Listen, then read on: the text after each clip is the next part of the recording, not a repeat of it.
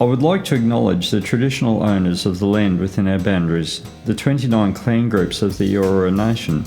I would like to pay my respects to our elders, both past and present, and all Aboriginal peoples within our boundaries from whatever Aboriginal nation you may come from. I was born in Sydney, Australia. I enjoy making a difference to people's lives by providing support to Indigenous Australians.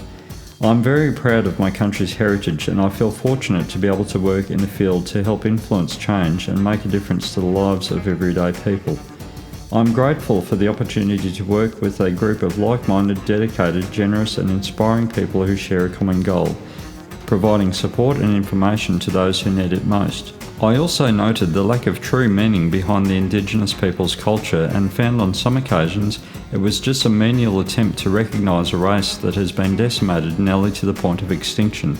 It is sad and somewhat baffling to notice on the train platforms to and from work in the mornings and afternoons and walking around in urbanised environments such as Sydney, Gladstone, Brisbane and the Gold Coast that there is little evidence of First Australians.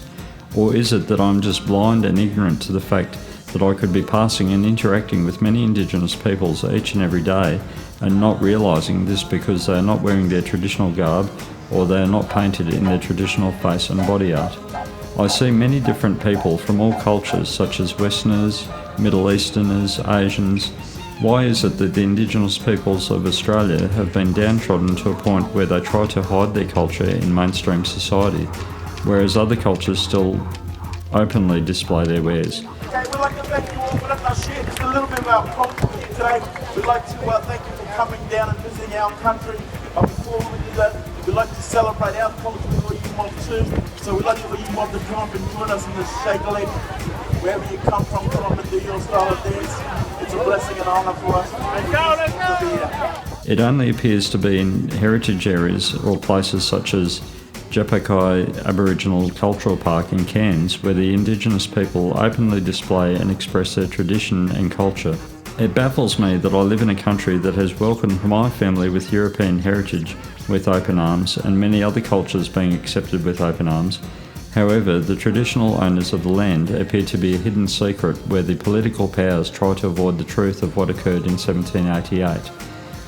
Having resided in Brisbane for some time, particularly in the south side suburbs of Brisbane, in West End Brisbane, where Boundary Street acts as a reminder of the boundary which excluded Murray's during curfew periods, I gave thought to the image of Boundary Street and the strong feelings which emerged to do with division, divisiveness between the First Australians and European society that invaded their land in 1788. Murray is a collective term for the Indigenous peoples of South East Queensland. With my work experience, I've been present in the Murray Court.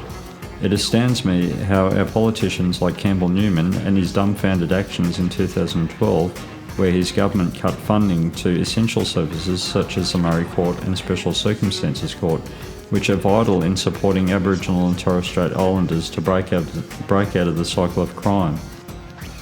Australia remains the only Western democratic country without a Bill of Rights. Its constitution does not have any provisions to protect the rights of all Australians. First-generation human rights abuse has been and continues to be committed in Australia. This is clearly evident in the treatment of the Indigenous peoples of Australia. Just look at the imprisonment rates, the cutting of funds to essential services such as the Special Circumstances Court. Gladstone is evidence that the government moved an entire community.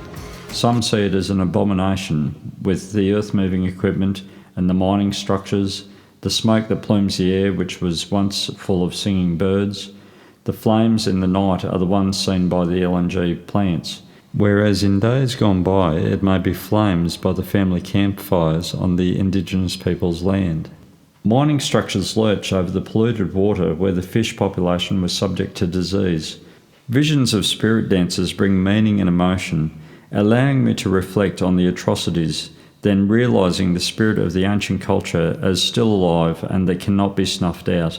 The spirit will burn bright forever.